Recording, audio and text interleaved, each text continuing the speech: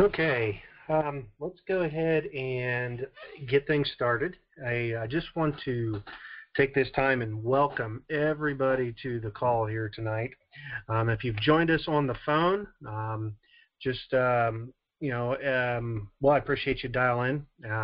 And also, if you have joined us via the internet, you should be looking at a slide right now that says "Lost in the Fog." And that's where we're going to start at. So, with that being said, again, I want to welcome everybody here to this week's call. And what I'm wanting to go over with you this week is my 7 steps that I found that cured my grief. Okay, you can use these 7 steps as a template. Your steps may be something totally different that you're going to work on. It might be, outside, it might be more than 7. It could just be 1. Just any one of these things could really set somebody off in the right step. But first of all, I just want to start by saying, lost in the fog.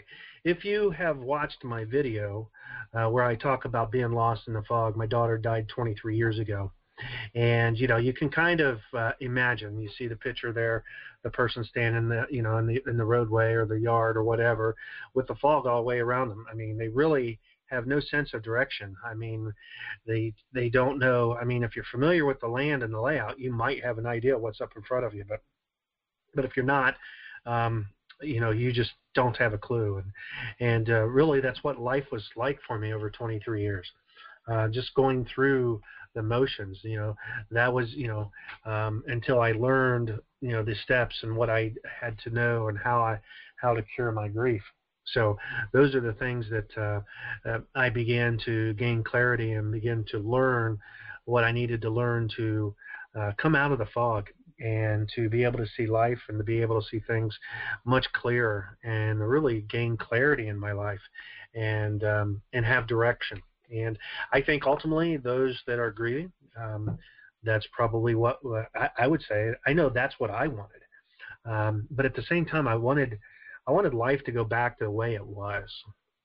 And it can't. And you have to realize that you've changed.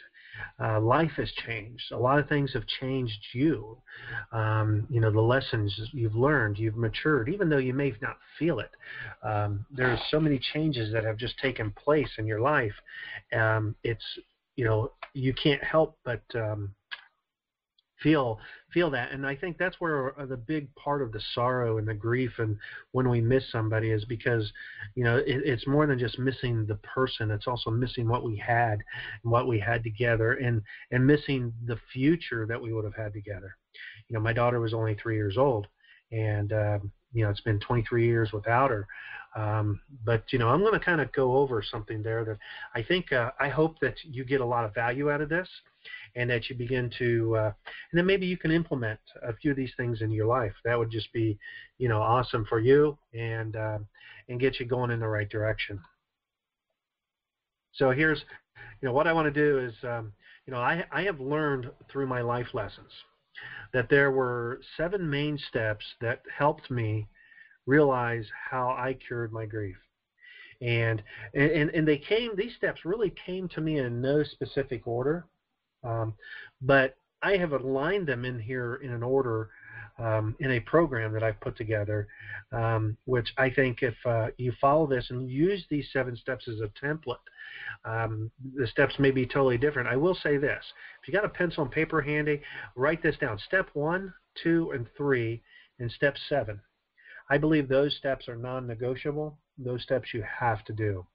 The other steps, 4, 5, and 6, you can. They're interchangeable, I think. And you may have more steps, and you may have a lot of other things that you want to answer and what you want to get out of that in order for you to be able to turn around and move forward.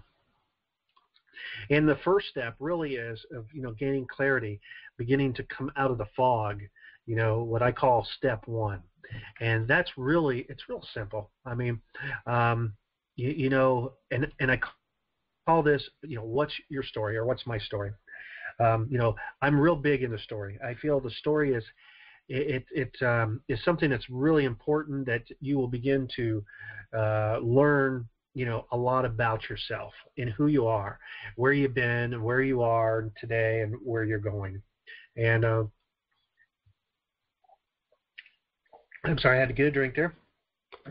So, anyways, so story is real important, and there's some key parts to story. And well, let's back up there before we go to the next slide. Key parts of the story is I think is real crucial in learning what your story is and in putting your story together to be effective in what you talk about.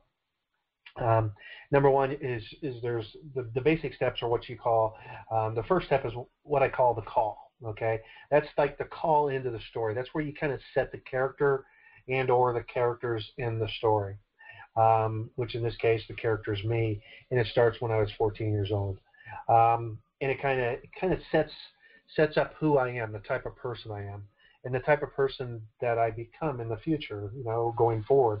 And then as you go through, you kind of set the character, and then you move into the pit moment. And I think the pit moment is very self-explanatory if we're talking about grief. That's the point of time that life seems to have just ended for you. You've gone down in the pit. It's like being lost in the fog. But when you get not just lost in the fog, you're down in that muck and you're stuck. You don't see light at the end of the tunnel. You see that there's nothing ever going to get any better, and you really become desperate. And in my pit moment, I felt lost. I felt guilty. I felt unfair. I had anger. I had a lot of this, and this is when you're wrapped up in all that grief, everything that's going on. You're down in the pit, and for some people it takes a long time to come out of the pit, and it takes not just months, but it takes years. And when you're in the pit, people say, well, you just have to learn to cope with it. And if you're on last week's call when I talked about coping, isn't there more to life than just coping? That's like being in the pit and saying, isn't there more to this whole situation? And so you understand what your pit moment is, and then you begin the search. Okay, you've kind of this is where there's something there. There's something out there. There's something that's calling your name. It's something calling you, and you start searching for something. For me, I started chasing all the things that really started chasing things that I thought I was supposed to have. While I was in the pits, I got divorced, lost relationships, lost friends. I lost my business, went bankrupt, tried to commit suicide not once but twice. And then, while I was in my search mode, I got remarried, but almost lost my wife again. And then, wound up in, because of her accident and everything else, it almost took her life, wound up in bankruptcy a second time. And then, still searching. And then the next part of the story is what you call the breakthrough. This is when you start to break through and begin to gain a little bit of clarity, but still there's a lot of fuzz, a lot of clouds, a lot of fog, and you're not really sure. But that part of your story is something where the breakthrough is something you start to realize. It's like you can't quite put your finger on it, but you're starting to feel a direction. You're starting to feel something that's supposed to be doing. It might be just something as simple as changing the laws to protect other people. It might be something as simple as communicating your story. It might be something as simple as, getting involved with grief groups and volunteering and helping out other people that are in need. And so, this part of your story becomes very, very important part of your story. So with that being said, then the breakthrough leads into credibility, and then you start to gain a little bit of credibility, and then you have these inner breakthroughs. These are inner breakthroughs, are when you begin to really peel back the message in your story, and you start looking deeper, not just the story what's on the surface, but you start peeling that story back, and you begin to look deeper in your story. What's the message? There's a statement here. There's a message. What is it that your story is really telling? And you start looking at these things, and you start learning a lot about yourself. My coach and my mentor, when I was going through the story process, he told me, he says, sit down with a pen and paper, and write down every single thing. If somebody could come to you and ask you a question, everything that you can teach on, that you know in life, and you'd be amazed. And I'm telling you, if you do that, I think you would be amazed of how much information, number one, you have, number two, how much you know, and how much value you can bring to the table to be able to help other people. And if you start to look at your story, and you'll begin to understand all the life lessons that you've really learned, and what you, and the value that you can begin to bring to the table. Okay, and you begin to have this inner breakthrough, and then that leads to outer breakthrough, and the outer breakthrough is beginning to put things in action, taking motion, get moving, and that is really the key to my program, which is Empowering Millions. It's about understanding your story, okay? And so, that's what I say, was one of the first things that really began to cure my grief. Now, I didn't do my story 23 years ago. This has just been in the past year that I really learned these things. I mean, I knew these things, but I want you to understand one thing about your story, and your story is really a lot about how we talk to ourselves, how we talk to other people. In other words, because what we want to do is we want to give people a mental picture of what our life is like, but sometimes our mental picture could be so drastically bad, people don't really want to hear that. Okay, so we're going to touch on something here a little bit later, what to do with your story. Okay, so then this really leads me into kind of gave you a sneak peek on this slide here a few minutes ago, but the second step, I learned to make that connection and to have a conversation with my daughter Kelsey. This right here is, I think, is one of the most important parts of, I think, going forward for most people. Not everybody really wishes to make that connection. Okay, and I think a couple key points here. You got to be ready for it. I mean, it didn't happen for me until 20 plus years later. I wanted this to happen a long time ago, but I wasn't ready.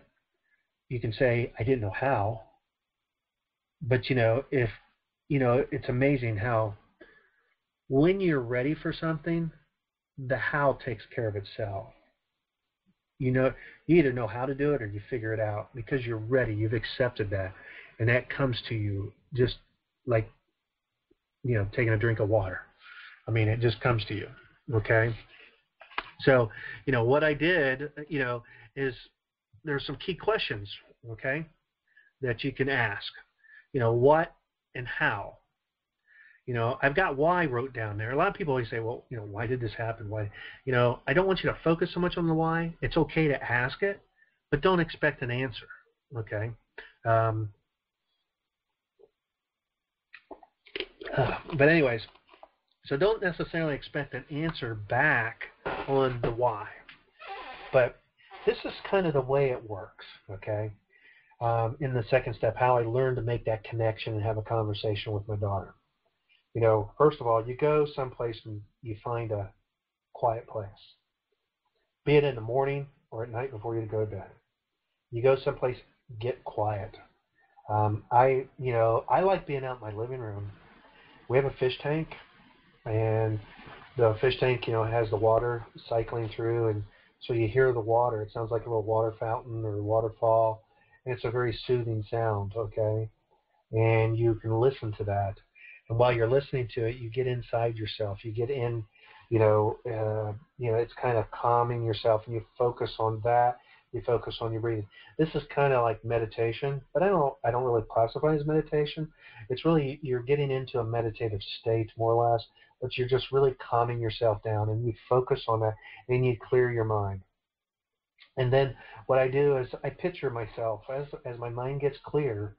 I picture myself in my most favorite place where I'm happy, and it's a dream that I have, and where that is that's in like the Caribbean or someplace, beautiful white sandy beaches, blue seas, ocean, blue sky, sitting there with my not my grass skirt, but my grass hat, little hat and shorts and everything, and maybe even having a drink. But I'm enjoying the breeze. I'm enjoying, this. And I look off into the distance, and there's somebody walking to me. And that person walking to me is my daughter. It's not my daughter from 23 years ago when she was 3 years old. It's my daughter if she was still alive today, where she'd be 27, going on 28 years old. And she's walking to me, and as she gets closer, you know, I'm just overwhelmed with joy. Number one, I get to see and talk to her. I can picture exactly what she looks like today. Beautiful, beautiful girl, blonde hair, kind of dirty blonde, and because we're on the beach, she has a nice tan. Kicking the sand up, and she has a huge smile because she's really, really happy to see me. Because she realizes I've been lost in the fog, and now I'm in this picturesque world where I want to be, and she welcomes me and says, "Dad, I never thought you would show up." And she just starts talking to me, and she says, "I'm so glad to be able to talk to you because I have so much I want to talk to you about. But Dad, I know that I know about your life, and I know everything, and I know you have some questions, some things I can't answer for you, but then there's some things I can answer." And if one of the questions I asked her was this. I says, what I went into the what and the how. I says, what do you think about my life? How do you think it's turned out for me? And she says she wasn't impressed with my life, which I could have probably told her that. She says, you did a lot of things wrong, Dad. You got lost. You lost your way in life. You let go of your goals. You let go of your dreams. You blamed my death for everything that happened in your life. And she says, and the thing about it was, Dad, it really wasn't that. Everything that happened in your life was of your doing, Dad. It was your choices, your decisions that you made. But that was the process that you had to go learn. She says you were learning. You had to go.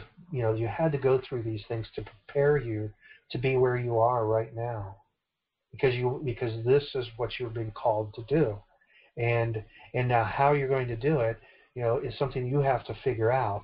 But the how is not so much about what you were doing years ago about trying to bring pool safety and keep children from drowning. And she says it's not about that, because she says, Dad, it's like this.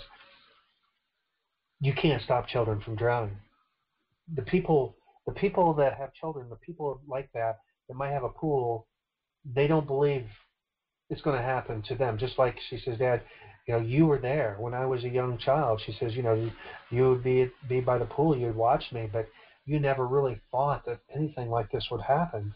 So if somebody would have spoke to you, would you have really listened? And I looked at her and says, you're probably right. You're right. I probably wouldn't have listened because, I felt like I was better than that person. She says, that's exactly right. But she says, Dad, there's a bigger mission. And the bigger mission is there's a lot of people out here hurting. There's a lot of people. So you have a story to tell. You have a mission. And that mission is to help people find their calling, find, their cure for what's ailing them. And she says, and it's not necessarily grief. It could be divorce. It could be child abuse. It could be anything that really has caused tragedy in their life or trauma in their life. It's all, she says, you can put that together and you can lead them to where they need to go. They just have to be able to communicate that to you, Dad, and then you have the knowledge and the life lessons to lead them. You have the scars and the physical scars of life, and you have the emotional scars to be that leader, to be able to lead people to where they need to go. And and then she says, Dad, you come to this place anytime you want to talk to me. I'm here all the time. And she just looked at me and she says, and so Dad, we'll talk again. But she says, I'm with you all the time, and just be open, and I will let you know what's going on. And the thing about it is, once you learn, this doesn't happen the first time. You're gonna, what you have to do is get into that quiet spot, and you start focusing and clear your mind. And really, you start practicing with just clearing your mind and getting clear. and dumping all the garbage and all the stress of everyday life, getting rid of that. And then the next day you come back and do it again, and do it again. Devote about 15 minutes, and then, in time you can get more time.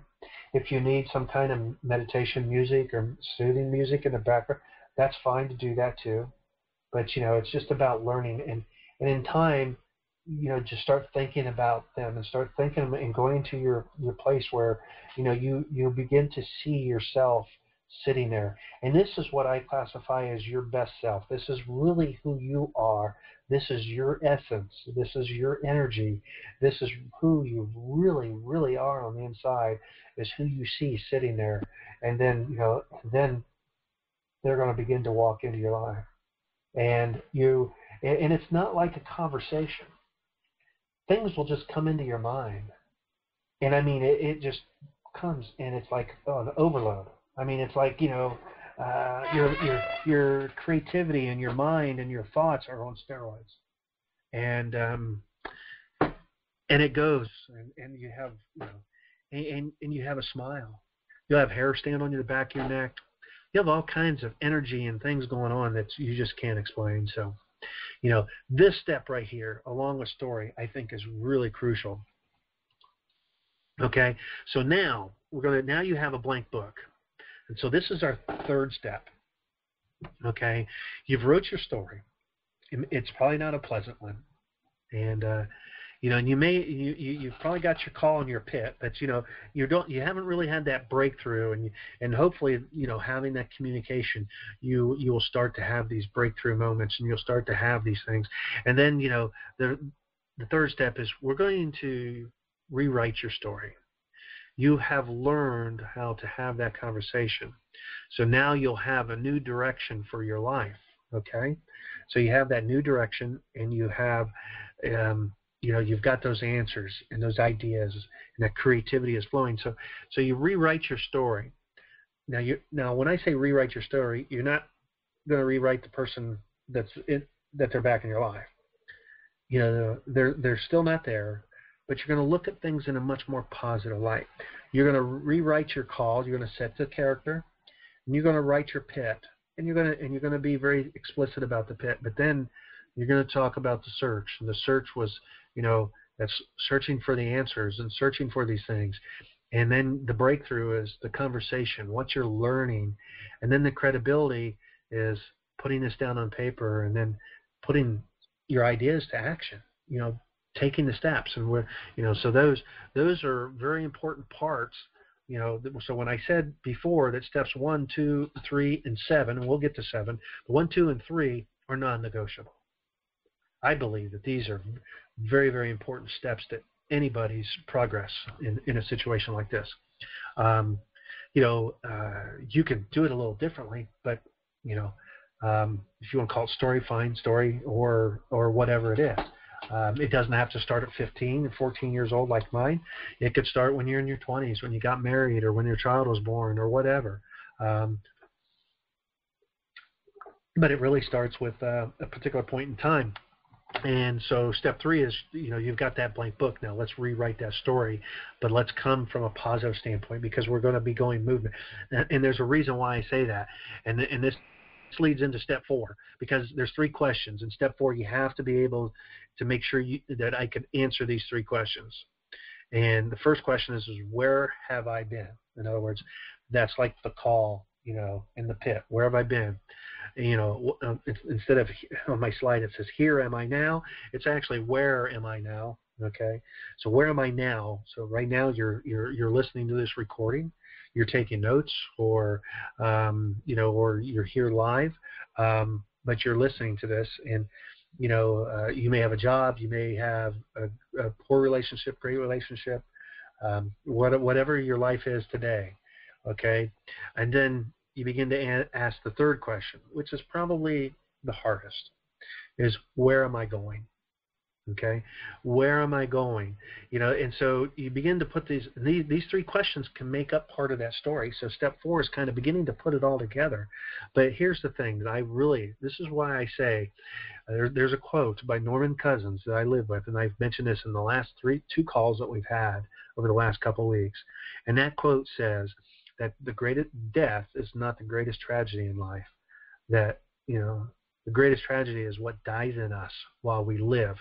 So, where have I been? Where am I now? So if I don't answer that question of where am I going, and I don't know of an answer for that, then the greatest tragedy is what's in me. Okay? And if I can't answer that question, then go back to step 2. You have to go back to step 2 and re-engage in that conversation. I mean, this is not something you do overnight. I mean, this is weeks and months of practice and just doing and writing and journaling and whatever it is you have to do in order to get enough information to be able to answer these questions. And so step 4 is a very important part, also. But, again, you can answer those questions. You can make those part of your story too. Okay? So the 5th step here is, what was I passionate about? In other words, what really makes me, get up? What were my answers to that I found through my story, such as my life lessons and with my conversation with my daughter Kelsey. Something my daughter said to me was, I learned a lot. Something that I talked about in my story as part of my breakthrough is when I had a conversation with my father before he passed away. And I remember that he told me when I graduated high school that I was going to start on the journey of life, and life was going to be my greatest teacher, and this is when school really starts, and that life was going to teach me a lot. And then he reminded me that, 6 months before he passed away, that I had learned a lot, that I had a calling, I had a mission. He didn't know what it was. He says, it'll be explained to you. It'll be, you'll be told, you'll be led in that direction. And I was, through my daughter. And what I'm really passionate about is just having that ability to turn around and to help others people. I mean, I get a lot out of people from, hearing about their stories. I mean, so much tragedy, but at the same time, so much strength and so much, good and love and everything in these people's stories and their lives and what they've shared with me. And a lot of people understand, I talk with people that are, 15, 20, 25 years, into their journey and grief. And some of them get it. They're at the best point in their life. They're happier than they've ever been. Okay. And, and they are able to answer these questions. And, they have a mission. They have a goal. They have, they are literally on a mission. It's almost like a crusade or a mission, This is their passion. This is so important. It's non-negotiable. Okay. And it might mean that, you have a job, but you go to the job to pay the bills, but then, but this is going to consume you. Not to the point where it's unhealthy, but it's that important. That's that important that you do this because other people's lives and things like that depend on it. Because here's the thing. I want my daughter to be able to look at me and say, Dad, the first half of your life wasn't that great, but Dad, I tell you what, you killed it the second half. You did awesome. You know how many people's lives you changed. I know your goal is to empower millions of people, but you did it just one person at a time. And, and then this leads me into the 6th step. And the 6th step is, what was my plan? And what was I going to do about it? In other words, what are your plans? How are you going to make this happen? Okay. For me, it's writing a blog. It's writing, it's social media. It's getting out there, talking to people, communicating one person at a time. And, these weekly calls, giving away lots of value. And, being there available to lend an ear when somebody needs it. There's still a lot of things on my plan list that I have to do. Certain groups and certain things I have to accomplish, and that I still need to get out there and do. But and they will happen in time. But it's all part of the plan. One thing at a time. Just like this call is part of the plan. It's something that we're doing each and every week. and where we discuss these certain topics, and we'll spend some time on each and every one. But it's that important that we do it. So step 6 is what's your plan? I mean, and I don't expect you to have one. Okay, and if you do have one, trust me, if you go back through, so steps 1, 2, and 3, and 4, and 5, I'll guarantee you, whatever plan you have written down right now, it'll probably be different. It'll change because you're going to become a whole new person in this process. You're going to find and uncover something you didn't know about yourself, and you're going to be able to expose gifts that you didn't know you had. Because we walk through life, we're in a fog, and we become disempowered, and we're disempowered because we don't have the power. We feel powerless to make the changes that we need to make. But by doing these things, you're going to begin to give yourself that power back. You're going to begin to live life empowered because you now are going to be able to have this plan. And then this leads to step 7. Well, the 7th step that really got into me learning to cure my grief, and that is to take action, get moving. Okay, and that's all really the cure is, just get moving because you're stuck. You want to come out of the fog. It's time. It's a tough climb up the hill. And to get out of the fog, to be able to live life with clarity. It's in the slide it shows a boy climbing this little hill, and he's getting a hand up, by his friend, or maybe it's his angel, or whatever you want to say. But it's really, don't be afraid to ask for help while you're on this journey, and ask for help, because it's just like when you're climbing this hill, it's like gravity is working against you. Gravity is a force. People might say, I could get somebody to look at me and say, this stuff you're talking about, making a connection and talking, and we say, I don't believe in any of this. That's fine. But do you believe in gravity? You can't see gravity. You can't touch it. You can feel it when it's working against you. I mean, sometimes just getting up out of the chair, wait till you're a little older, my age, getting up out of the chair, you can feel gravity trying to keep you in that chair.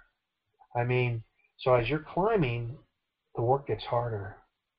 The closer to the top you get, the more you want to quit and give up. That's, just in other words, settle for where you are. That's the coping. I don't want to cope. I just don't want to do that. So I want to engage. I want to live life. But I'm also not afraid to ask for help when I need it. I'm a grief coach. I'm not a counselor or a therapist. I'm a coach. What does a coach do? A coach is going to get you from point A to point B. But we're not going to spend a lot of time. We've got to understand our past, but we're going to look at our past a little bit differently. We're going to find the good. We're going to find the lessons, and we're going to take those lessons, and we're going to apply them in a plan to propel you, not just, one step at a time, but we're going to propel you into the future where you want to go. Okay? And we're going to, but in that process, you got to ask for help. It's not about doing it yourself. I've hired coaches in my life. Every great athlete has a coach. Every great actor has a coach. Every great businessman has a coach. A coach is somebody that will hold you accountable. A coach is somebody who has not just read about it in a book, but they've lived it. Just like my daughter was telling me, Dad, you've got the emotional scars. I would much rather learn from somebody who's came up from the ranks, who was down in that muck, in that pit, and they learned how to get out. And they learned how to live life. They learned how to fulfill things. They've learned to go after what they want. I want to learn from somebody like that. And so I find people like that, and I learn from them. I tweak and I make big changes to fit my situation. And that's all we're talking about here. Take action and get moving. So these are my steps that cure my grief. I'm not saying that these are your steps. Okay? But I do feel steps 1, 2, and 3 are non-negotiable. They have to be part of it. The rest of it, is nothing more than a template. It's just a template. You work the template the way you see fit. My job, if you wanted to work with me on this, would be to help you put that template down on paper and put a plan, because there's a lot more to these than just saying, okay, here's my story. Yeah, I sat down, tonight and had a talk with my daughter.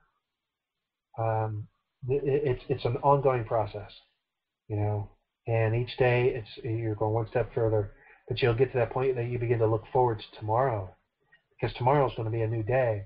I'm going to learn something new tomorrow about myself. I'm going to learn something new about the direction I'm going, and I'm going to be excited about that. So don't be afraid to ask for the help that you need to get you to where you want to go. Okay? And, so that really brings me to my program, which is Empowering Millions. It starts with one, and it's just like it's pictured here on the slide. That's me, Empowering Millions. I find a couple people that will have a cause, and I help those people maybe to do the same thing, and to be, that they're going to go out and fulfill their mission, fulfill what it is that they want to do. It might be as simple as just running a grief group. It might be as simple as volunteering at a school. It might be something, but essentially what you're going to do is you're going to come out of the fog and you're going to live life positive, and that becomes contagious. People want to be around people that are positive, okay? So that's why a lot of times when people will tell us, I'm sorry for our loss, a lot of times we don't say much back because we don't really know what to say. It's like, all they're doing is reminding me of my loss and how bad it is. And so we don't say anything, and the conversation stops. When somebody says something like that to me, I say, I thank them. I say, thank you. I appreciate your kind words. But, out of my greatest tragedies have come my greatest triumphs and victories. And I've really learned more. And my daughter's been more of a blessing to me over the years. And I've learned more out of life than what I would have if she was here. Now, I understand that sounds harsh. But you know what? It's true. I wouldn't know the things I know now, and I would not be where I am today if it wasn't for her. So that's a true statement, okay? And that opens up conversation, and understanding that. So it's looking at life in a much different way. It's how you say it. It's how you put it. And it's very contagious. People want to be part of that. Some people won't. It all depends on where they are in their journey. Well, most people say, what drug are you on, dude? What steroid are you taking? Hey, if it's in the water, I want a little bit of what you've got. Does that make sense? I want what he's eating, okay, or smoking, or whatever you want to call it. So that's my goal, to empower millions of people.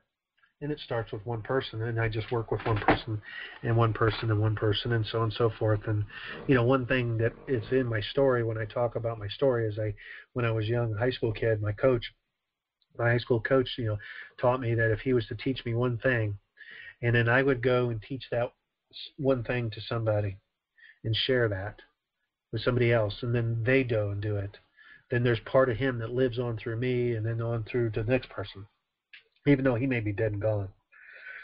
This is what it's about. It's about my daughter's memory. It's about making a difference in somebody else's life. It's about teaching somebody a little of something of what I know. And, I've been a coach. I've been a high school coach, and I've coached sports and coached little kids and coached my own children. And, and I see some of them are adults with their own children now. And then some of them are school teachers and coaches and gym teachers and whatnot, and doctors or whatever they've gone on. And some of them have gone on to be very successful. But I'm friends with lots of them on Facebook, and it's amazing the conversations I see them saying. They're in their 30s and they're talking about the stuff that they learned from me. And it's amazing how it's the circle of life. It goes on and on. So what's in you, don't let what is in you die, because that can affect so many people, and that can allow the memory and your child's memory or your loved one's memory live on forever. And to me, that's empowering. That's why I call my program Empowering Millions. It's real simple. If you want to learn more about my program and you want to learn more about what it is that I do, just go to afathersloss.com and send me a message there. Or you can contact me through there, or you can always email me at afathersloss@hotmail.com, and or go to my Facebook page, which is at A Father's Loss, and you can contact me through there. But if you're watching this, you're good. You probably have my email, or I have yours, or if not, make sure that you pick that up and you can contact me there. So this is the part of the time that I'm going to kind of begin to close things down, because we're closing in on about 45 minutes here on the call, and this is the time that I want to share, open this up for sharing or questions. And I do have one question that came in here from Betty here, actually, about 5 minutes ago, that she on the chat box here online. She was asking, what she's asking is about the steps. Can it be just the one step? Can it be just one step, or could there be hundreds of steps in somebody's, finding their cure, finding their way to gain clarity? And Betty, there's no set number of steps. Okay, it can be as simple as one step. Okay, for a lot of people, it all depends on what it is that you want. You got to be able to, the step 4. Okay, I think is when you look at that, you have to answer those 3 questions. Okay, but you got to be able to say where you want to go, and so understanding your story. Okay, and then peeling back, and then making that connection with your loved one and having that conversation. Now here's the thing: if that is something that you do not want to do, or you feel you cannot do, there could be 2 reasons why. Number 1, it might be something that's so painful it may hurt for you to do that. Or the other thing is you're not ready. You're not at a point in your journey where you're able to do that. Okay? For me, it took over 20 plus years before I could do it. Not because I wasn't necessarily ready or that I didn't want to do it. I wasn't open to it. Okay? So, those parts right there I think will begin to define, what more do you need? Okay? And things will, and that's why I say things will be open to you. They'll come to you. And by doing your story, you'll be able to peel back the layers, and you'll begin to learn the lessons. And as you learn the lessons, those lessons can become your steps, or your blue. I call it, my Empowering Millions is what I call my Empowering Millions blueprint. It becomes your blueprint on how you're going to structure your life, how you're going to begin to structure everything. So, good question, Betty. I hope that answers your question. I'm sure it does. Okay, and also I have another message here from Carrie, and Carrie is asking if have I wrote a book on this. No, Carrie, I have not wrote a book. This recording will be turned into a transcript. I will tell you that. So there will be a PDF transcript on this that'll be totally free. And if that's something you want, I'll have the recording up probably on my Facebook page and send out an email to everybody by the close of business tomorrow. Probably have a transcript back and edited most Thursdays. Probably by Friday, I hope to have a transcript and maybe get it up. So if that's something you want, I've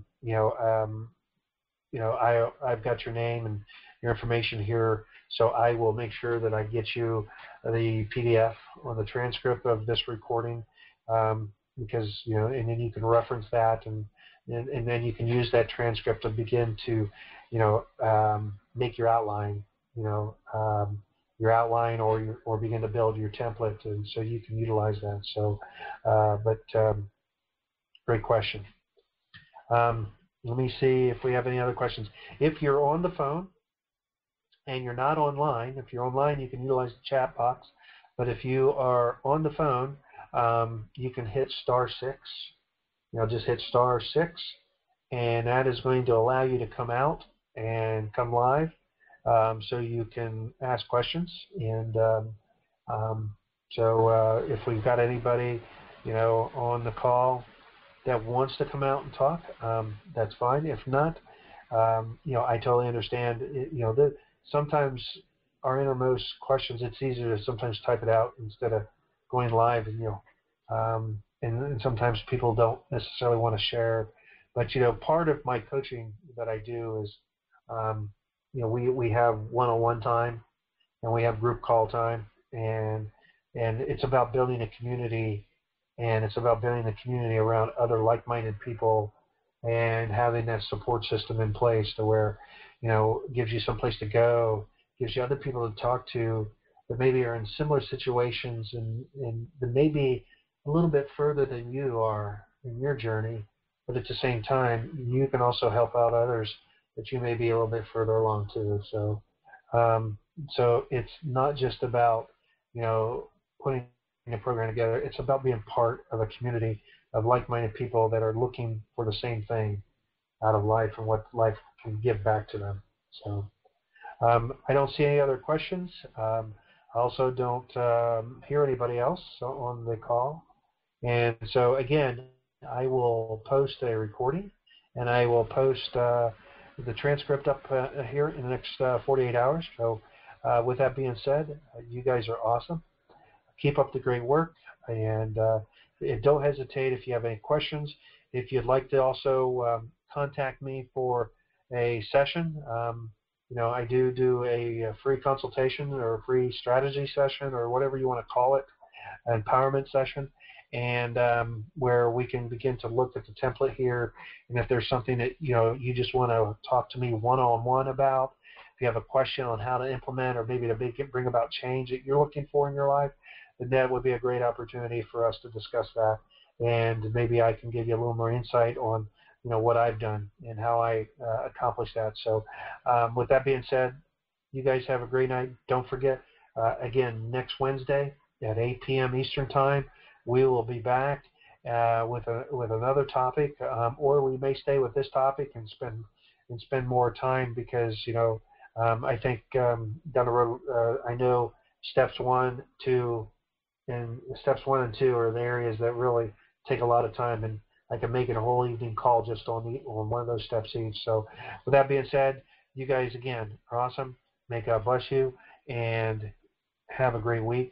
And we will talk to you all later. See you now. Bye.